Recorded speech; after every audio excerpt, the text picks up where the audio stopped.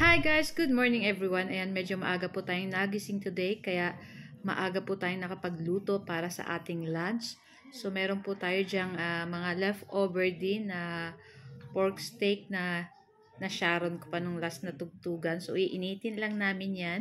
So, ang lulutuin ko ngayon is ginisang ampalaya with egg, request ng aking 3 sons. At magluluto rin tayo ng pansit canton gisado.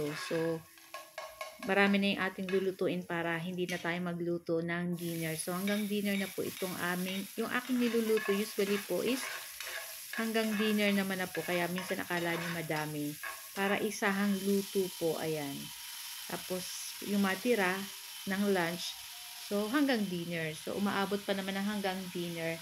So, ayan nga guys. So, yung ating nagisa na tayo dyan ng bawang at sibuyas. So, nakalimutan ko guys, masangkot siya muna yung ating pork na wala sa isip ko. Kaya medyo nahuli yung ating pork yan. So, okay lang. At least dapat naluto pa din natin yung ating pork. So, ayan na nga. At pakasangkot siya natin yung ating pork at ng bawang sibuyas. And medyo madali pang matutong, nabayaan ko lang ng konti. Ay nako, medyo matututong pa ng konti yung ating niluluto. Napalakas yung ating apoy nung sa ating kalan.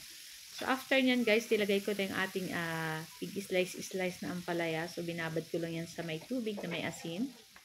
Ayan. So, ganyan din po ba kayo pag nagluluto ng ginisang ampalaya? Binababad nyo muna sa may asin at tubig para mawala yung pait.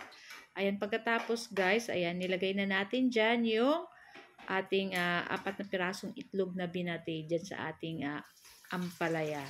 Habang nagluluto ako nitong ating ginisang ampalaya, sa kabila naman, nagluluto na yung kasama ko. Ayan, shout out kay Aning, dyan sa ating nilulutong pansit gisado. So, inuna niya munang i-fried yung ating mga sangkap na squid balls, saka yung kikiam. Ayan, so yung lahok ng ating pansit canton gisado, may chicken, kikiam, squid balls, syempre may gulay. So, nagpakulo lang siya dyan ng tubig at pagkatapos, pag kumulo na, nilagay na dyan yung ating pansit canton. So, ayan. Lulutuin lang natin iyan at hanggang sa mawala yung sabaw nitong ating pansit.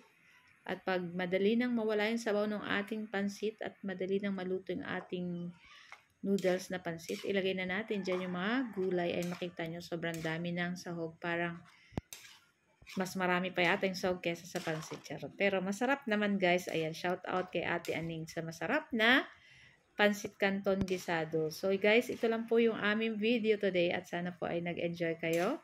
Kung bago pa lang po kayo sa aming page, huwag niyo po sana kalimutan mag-like at mag-follow para palagi po kayong updated sa aming mga bagong video na i-upload. So guys, ayan, huwag niyo po sana kalimutan mag-like, comment at pa-share po ng ating video. So guys, ready na yung ating lunch. Ayan, so tara na at kain na.